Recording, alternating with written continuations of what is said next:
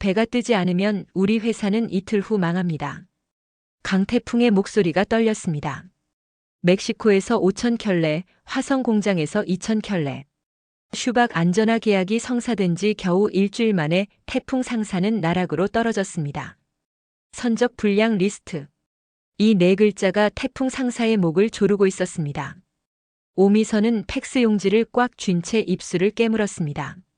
최근 태풍 상사에서 여러 건의 선적 문제가 확인되어 당사에서는 해당 업체를 내부 거래 제한 대상으로 지정했습니다. 말도 안 되는 내용이었습니다. 태풍 상사는 선적 문제를 일으킨 적이 한 번도 없었습니다. 오미선은 강태풍을 바라봤습니다.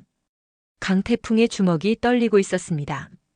사장님, 누군가 우리를 함정에 빠뜨렸어요. 오미선의 말에 강태풍은 고개를 끄덕였습니다. 둘은 동시에 같은 이름을 떠올렸습니다. 표박호 표현준. 그 이름만으로도 치가 떨렸습니다. 하지만 지금은 분노할 시간이 없었습니다. 출항까지 이틀. 계약 위반 시 배상금은 상상도 할 수 없는 금액이었습니다. 강태풍과 오미선은 무역지원센터로 달려갔습니다. 센터 직원은 미안하다는 표정으로 고개를 저었습니다. 왜 저희가 불량 리스트에 올라간 겁니까? 모래알 만큼도 문제를 일으킨 적이 없는데 갑자기 말도 없이 이러시면 저희는 어떡합니까? 강태풍의 목소리가 점점 높아졌습니다. 오미선도 간절하게 호소했습니다. 다른 곳에 배를 구할 시간도 부족합니다. 제발 한 번만 봐주실 수 없을까요? 직원은 난처한 표정으로 손을 내저었습니다. 아이고, 나한테 그래봤자 소용없습니다. 저도 일개 직원이에요. 지시받은 대로 할 뿐입니다. 바로 그때였습니다. 무역센터 문이 열리며 표현준이 부사장과 함께 들어왔습니다. 표현준은 강태풍을 보자마자 비웃는 표정을 지었습니다. 강태풍? 사기꾼 새끼가 여기는 왜 왔어? 강태풍의 눈에 불이 붙었습니다. 표현준은 부사장을 향해 공손하게 고개를 숙였습니다. 부사장님, 제가 저번에 말씀드렸던 태풍 상사 기억하시죠? 바로 이 친구입니다. 우리한테 물량 사기치더니 이번엔 사채업자 물건까지 빼돌렸답니다. 오미선이 벌떡 일어났습니다. 아닙니다. 그건 완전한 오해입니다. 부사장님, 제발 배를 내어주십시오. 저희는 정말 급합니다. 하지만 부사장은 이미 표현준에게 뇌물을 받은 터였습니다. 부사장의 눈빛이 차갑게 식었습니다. 표현준은 득이양양한 표정으로 부사장의 팔을 슬쩍 잡았습니다. 부사장님, 이런 사기꾼 말씀 듣지 마시고 우리 횟집 가서 소주나 한잔 하실까요? 부사장이 고개를 끄덕이며 일어섰습니다. 강태풍은 이를 악물었습니다. 표현준, 이번에도 내 짓이냐? 반드시 대가를 치르게 해줄 거야. 표현준은 강태풍을 향해 중지를 세우더니 부사장과 함께 유유히 센터를 빠져나갔습니다. 오미선은 무너지는 강태풍을 붙잡았습니다. 강태풍의 눈에 분노가 서렸습니다. 분노와 절망이 뒤섞인 눈빛이었습니다. 사장님, 이러다 진짜 끝나는 거 아닙니까? 강태풍이 오미선의 어깨를 꽉 잡았습니다. 아니에요. 절대 끝이 아니에요. 우리 방법을 찾을 거예요. 하지만 태풍의 목소리도 떨리고 있었습니다. 시간은 가차없이 흘러갔습니다. 그날 저녁 더 큰 폭탄이 터졌습니다. 사채업자 희교가 홍신상회 정찰안의 사무실로 찾아와서 태풍과 차란을 협박했습니다. 강태풍, 너 선박 블랙리스트에 올라 수출도 할 수 없는데 내 돈 다 갚을 수 있겠너? 네 그 두 눈 조심하고. 그때 오미선이 들어와 계약서를 보게 되었습니다. 계약서에는 충격적인 내용이 적혀 있었습니다. 강태풍은 자신의 두 눈을 담보로 3개월 안에 1억을 갚겠다. 오미선의 손이 떨렸습니다. 사장님, 이게 대체 뭡니까?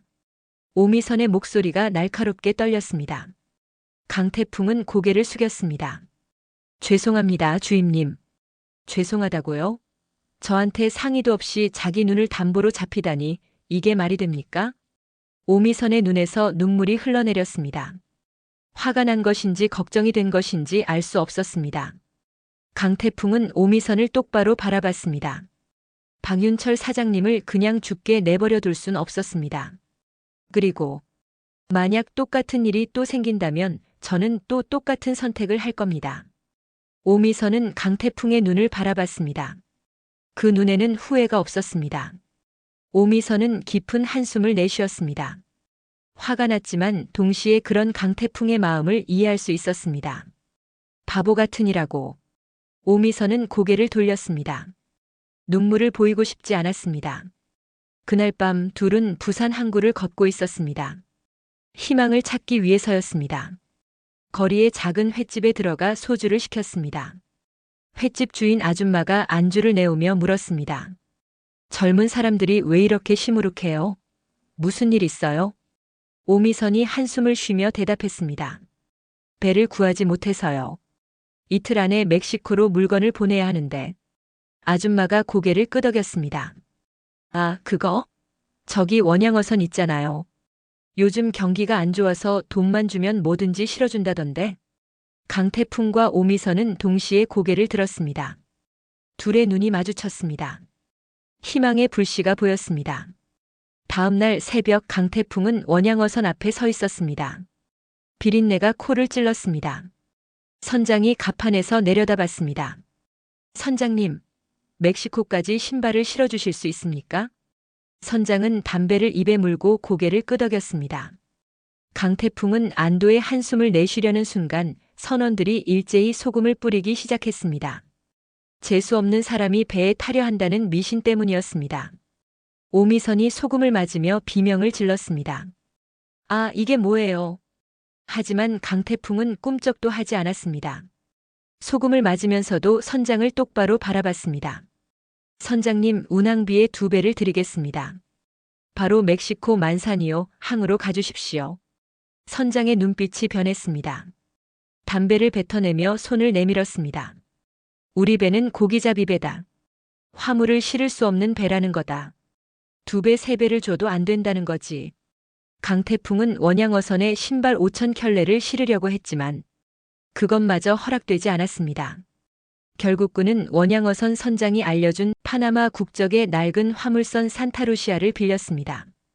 계약이 성사되었습니다. 멕시코 만사니오 항구는 태평양 연안 최대의 상업 항구였습니다. 물류의 중심지였습니다. 강태풍은 슈박 안전화 5,000켤레를 산타루시아에 실었습니다. 20일이 넘게 걸리는 항해였습니다. 희규와의 약속 기한은 1달. 시간이 빠듯했습니다.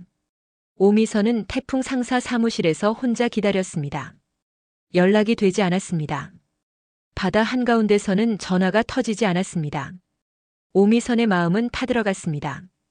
홍신상회의 정찰한도 슈박의 박윤철도 걱정하며 매일 전화를 걸어왔습니다. 하지만 오미선은 아무 소식도 전할 수 없었습니다. 강태풍 사장님, 제발 무사히 돌아오세요. 오미선은 매일 밤 창문 너머로 별을 바라봤습니다. 시간이 흘러 약속 기한 하루 전, 태풍 상사 사무실에 전화벨이 울렸습니다. 주임님, 저 부산이에요. 강태풍의 목소리였습니다. 오미선은 전화기를 떨어뜨릴 뻔했습니다. 눈물이 주르륵 흘러내렸습니다. 사장님, 오미선은 그 즉시 부산행 기차표를 끊었습니다. 부산역에 도착한 오미선은 강태풍을 발견하는 순간 자신도 모르게 달려가 강태풍을 와락 껴안았습니다. 강태풍의 심장 소리가 들렸습니다. 왜 이렇게 걱정을 시켜요, 진짜? 강태풍은 웃으며 대답했습니다. 주임님, 걱정 많이 하셨죠? 근데 왜 이렇게 꽉 껴안으세요? 숨 막혀요. 오미선은 그제야 자신이 강태풍을 껴안고 있다는 사실을 깨달았습니다. 얼굴이 빨개지며 황급히 물러섰습니다. 죄송합니다. 너무 기뻐서. 강태풍은 빙그레 웃었습니다. 주임님, 준비하세요. 이제 진짜 전쟁 시작입니다. 둘은 사채업자 희규의 사무실로 향했습니다. 사무실 문을 박차고 들어간 강태풍은 희규의 책상 앞에 섰습니다. 희규는 다리를 꼬고 비웃는 표정으로 앉아 있었습니다. 오, 강태풍? 약속 날짜 지키려고 왔어? 혹시 눈적출 수술 동의서 가져왔어? 강태풍은 대답 대신 가방을 책상 위에 올려놓았습니다. 그리고 가방을 뒤집어 열었습니다. 돈다발이 우르르 쏟아져 나왔습니다. 희규의 책상 위를 가득 메운 돈. 희규의 입이 벌어졌습니다. 1억입니다. 이제 빚 다 갚았으니 계약서 내놓으시죠? 희규는 믿을 수 없다는 표정으로 돈을 만져봤습니다. 진짜였습니다. 희규가 천천히 웃기 시작했습니다. 그 눈빛. 마음에 드네.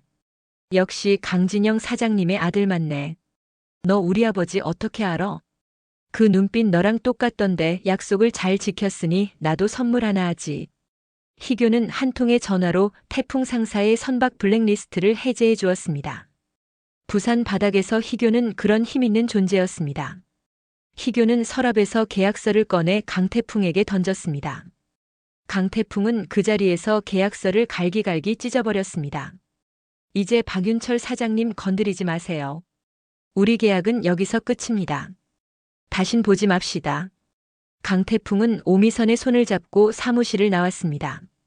오미선은 강태풍을 바라봤습니다. 강태풍의 뒷모습이 아버지 강진영과 닮아 보였습니다. 박윤철은 소식을 듣고 눈물을 흘렸습니다. 역시 강진영 사장님 아들이야. 난 놓고 기억자도 모를 줄 알았는데. 정찰한도 기뻐하며 말했습니다. 내가 일벌일 줄 알았어. 수고했다 강태풍. 하지만 한편 표박호의 사무실에서는 폭풍이 몰아치고 있었습니다. 표박호는 표현준의 뺨을 갈겼습니다. 이 새끼야. 회사에 끼친 손해가 얼마야? 그것도 일이라고 해? 다 쓰러져가는 태풍 상사 하나 못 잡아? 네가 강태풍을 잡을 깜냥이나 되냐? 깜냥이나 돼? 표현준은 뺨을 맞으면서도 눈빛만은 차갑게 빛났습니다. 복수의 칼날을 갈고 있었습니다. 아버지, 다음엔 확실하게 끝장내겠습니다. 표박호는 만화책을 집어 던졌습니다. 꼴도 보기 싫어. 당장 나가. 표현준은 사무실을 나오며 주먹을 불끈 쥐었습니다. 강태풍. 다음엔 내가 무릎 꿇게 만들어주마. 시간이 흘렀습니다. 태풍 상사는 안정을 찾았습니다. 멕시코 계약 성공 소식이 퍼지자 놀랍게도 여러 회사들이 태풍 상사를 찾아오기 시작했습니다. 저희 물건 좀 팔아주실 수 있을까요? 태풍 상사가 수출도 성공시켰다면서요? 믿고 맡기겠습니다. 오미선은 이 상황이 믿기지 않았습니다. 사장님, 우리가 정말 성공한 건가요? 강태풍은 웃으며 고개를 끄덕였습니다. 아직 시작입니다, 주임님. 이제 진짜 시작이에요. 어느 날 한 회사가 빨간 오토바이 헬멧을 들고 찾아왔습니다. 강태풍은 헬멧을 쓰고 이리저리 살펴봤습니다. 그때 오미선이 들어왔습니다. 사장님 뭐 하세요? 아, 이걸 좀 팔아보려고요. 헬멧이요? 우리가 헬멧을요? 강태풍은 헬멧을 벗으며 눈을 빛냈습니다. 주임님, 제가 멕시코 갔을 때 봤어요. 낡은 도로 위에 청년들이 헬멧도 안 쓰고 오토바이를 타더라고요. 그런데 태국은 오토바이의 성지잖아요. 오미선은 고개를 갸웃했습니다. 그래서요? 태국에 헬멧을 수출하는 거예요. 오미선은 걱정스러운 표정을 지었습니다. 사장님, 그게 될까요? 우리가 헬멧을 판 경험도 없는데. 강태풍은 빙그레 웃었습니다. 그래서 영업의 신을 모셔올 겁니다. 오미선은 곧 강태풍의 속셈을 알아챘습니다. 설마 고마진 과장님요? 강태풍은 고개를 끄덕였습니다. 고마진은 일자리를 구하지 못해 매일 양복을 입고 이력서를 돌리고 있었습니다. 강태풍은 늦은 저녁 헬멧을 들고 고마진의 집 앞까지 찾아갔습니다. 과장님, 저 강태풍입니다. 왜? 무슨 일인데? 여기까지 왔어? 과장님, 저희 코리안 드라이브 헬멧 회사 제품 설명. 브리핑 좀 들어주실 수 있으세요? 과장님은 영업의 신이시잖아요. 고마지는 속으로는 기뻤지만 겉으로는 시큰둥하게 대답했습니다. 에이, 나 지금 바빠서. 뭐 설명 들어보고 마음에 들면 생각은 해볼게. 다음 날 태풍 상사 사무실에는 코리안 드라이브 헬멧 회사 직원 2명과 고마진, 강태풍, 오미선이 모여 있었습니다. 헬멧 회사 직원이 프레젠테이션을 시작했습니다. 저희 코리안 드라이브 헬멧의 핵심은 내구성입니다. 망치로 쾅쾅 내리쳐도 깨지지 않습니다. 직원은 실제로 망치로 헬멧을 내리쳤습니다. 헬멧은 멀쩡했습니다. 고마진의 눈빛이 빛났습니다. 겉면은 ABS 합성 수지로 제작되어 충격 분산 구조를 적용했고 최우수 국산 기술로 세계를 이기겠습니다. 설명이 끝나고 헬멧 회사 직원들이 나간 후 고마진이 물었습니다. 그래서 강태풍 뭘 어쩌려고? 강태풍은 단호하게 대답했습니다. 수출할 겁니다. 태국으로요. 오미선이 놀라 물었습니다. 태국이요? 강태풍은 책상 위에 신문 스크랩을 펼쳐놓았습니다. 손바닥으로 탁 내리치며 외쳤습니다. 이거예요. 신문 헤드라인에는 방콕의 야구 드림팀 뜬다라고 쓰여 있었습니다. 강태풍의 눈이 반짝였습니다. 보세요. 한국, 태국, 일본, 대만 간 실업 야구 친선 경기가 방콕에서 열려요. 그러면 태국 전역에서 교통량이 폭증할 거 아닙니까? 야구장 주변 인프라가 부족한 상황이 되는 거죠. 그럼 당연히 안전수칙이 강화될 겁니다. 헬멧은 필수가 되는 거예요. 강태풍은 다시 한번 책상을 탁 쳤습니다. 오미선은 감탄했습니다. 사장님, 어떻게 그런 생각까지? 고마지는 오미선을 보며 웃었습니다. 오미선 주임님은 바쁜데 영업은 역시 전문가가 해야죠. 내가 방콕에 아는 형님 있어요. 출장 가서 팔로를 개척해 봅시다. 이렇게 팀이 꾸려졌습니다. 매일 PC통신을 하러 출근하는 배송중에게 사무실을 맡기고 고마진, 오미선, 강태풍은 태국으로 떠났습니다. 방콕 공항에 도착한 순간 후텁지근한 열기가 얼굴을 때렸습니다. 오미선은 땀을 닦으며 중얼거렸습니다. 여기 진짜 덥네요. 고마진의 형님 사무실로 향했습니다. 형님은 강태풍 일행을 보자마자 버선발로 뛰어나왔습니다. 이게 강태풍이냐? 내가 내 아버지 문상도 못 갔는데 이렇게 커서 아버지의 뒤를 잇다니. 형님은 강태풍을 꽉 껴안았습니다. 눈가가 붉어졌습니다. 강진영 형님이 정말 자랑스러워하실 거야. 내가 뭘 도와주면 될까? 강태풍은 오토바이 헬멧을 꺼내며 설명을 시작했습니다. 형님은 진지하게 들었습니다. 홍보 비디오를 찍어야겠어요.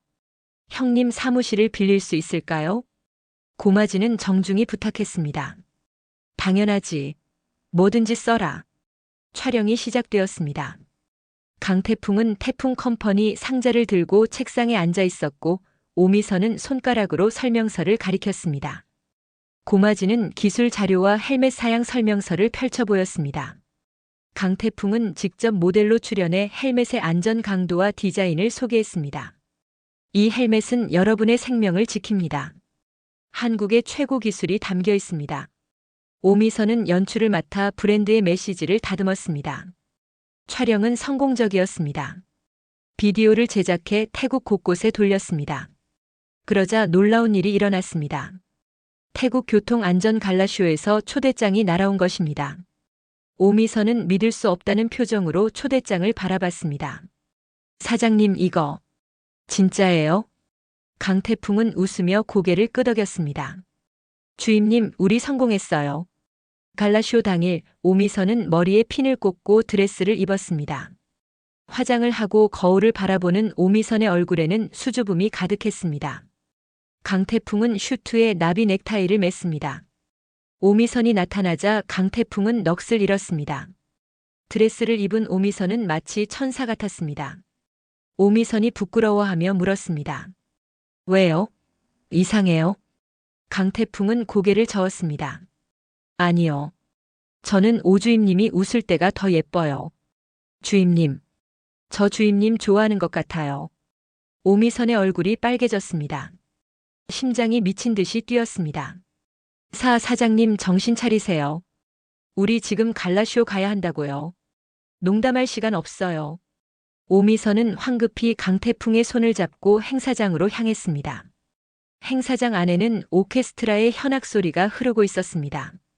사회자의 영어 멘트가 울렸습니다. 넥스트 위 해부 태풍 컴퍼니 프롬 코리어. 박수가 터져 나왔습니다.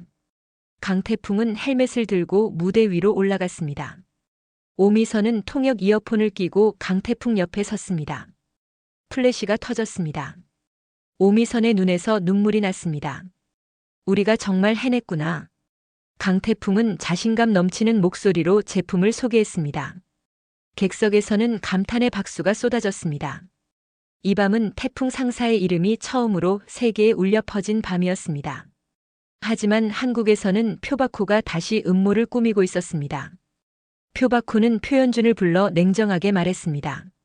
이번엔 확실하게 끝장내. 강태풍이 돌아오기 전에 모든 준비를 마쳐. 표현준은 사악하게 웃었습니다. 알겠습니다, 아버지. 이번엔 강태풍이 무릎 꿇게 만들겠습니다. 태풍 상사의 새로운 도전은 성공했지만 더 큰 위기가 다가오고 있었습니다. 과연 강태풍과 오미선은 이 위기를 어떻게 극복할까요? 그리고 강태풍의 고백에 오미선은 어떤 대답을 할까요? 태풍 상사의 이야기는 계속됩니다. 구독, 좋아요로 많이 응원해주세요. 시청해주셔서 감사합니다.